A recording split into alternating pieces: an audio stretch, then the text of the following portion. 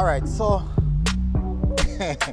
alright, so the reason why I'm doing this video outside is because I'm actually in the Emancipation Park, yeah? So stress.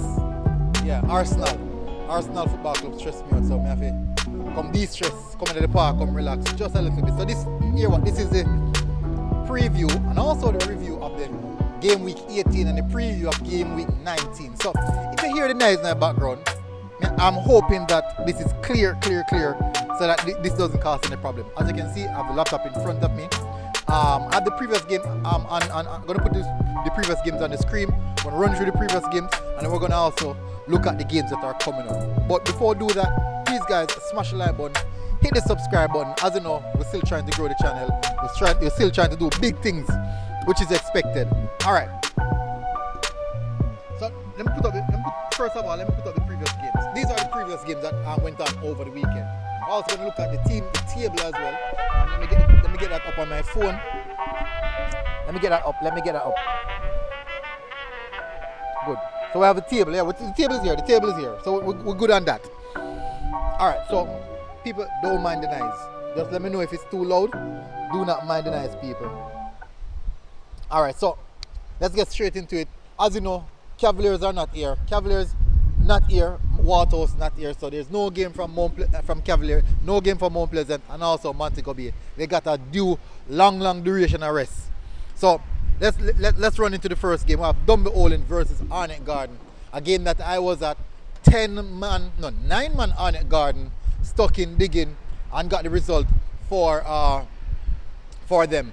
A lone goal by Guthrie, well worked by the captain himself, and beautiful run down the flank by Cephas, who had a tremendous game, but didn't score, but he did have a good game. Created a few opportunities, also created some for himself. Nevertheless, Molynes trying their best to seek back a goal, but it was a difficult game for Molynes. Well done to Arnett. They sit back, they sit deep, they dug in deep, and they got the result, which is duly noted. Now let's look at this now.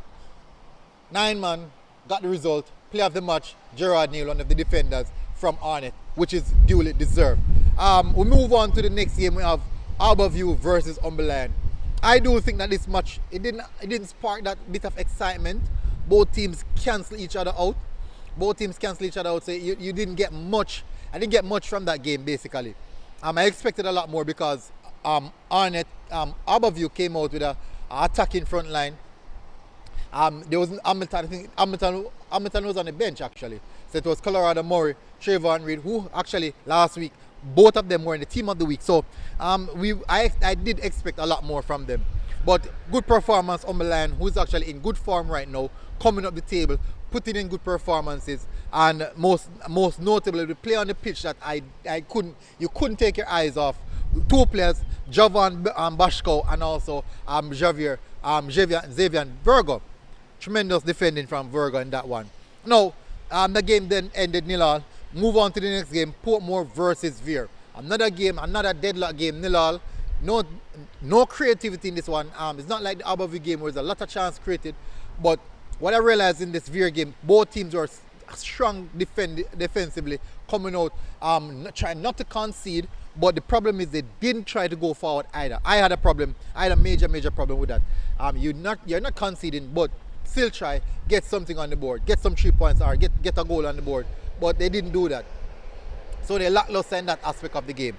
That is a part of it. I was looking because I got caught out. Anyways, final game of the day, we have Tivoli versus Molynes. Surprisingly, Tivoli, who's actually in the ascendancy right now. Why is that guy? Anyway, Tivoli, who's in the ascendancy right now, coming up the table.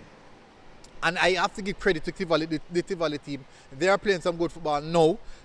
They were struggling at the beginning of the season, coming up really nicely. Resurgence from the Tivoli team, which is always good. We like that.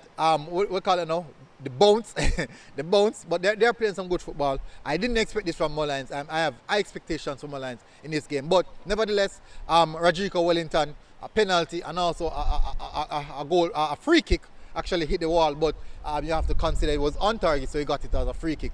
2 goals from Wellington and Garnett with the next goal. Nevertheless, Mullins got the equalize, got a consolation goal. Who else more than Nicholas Nelson.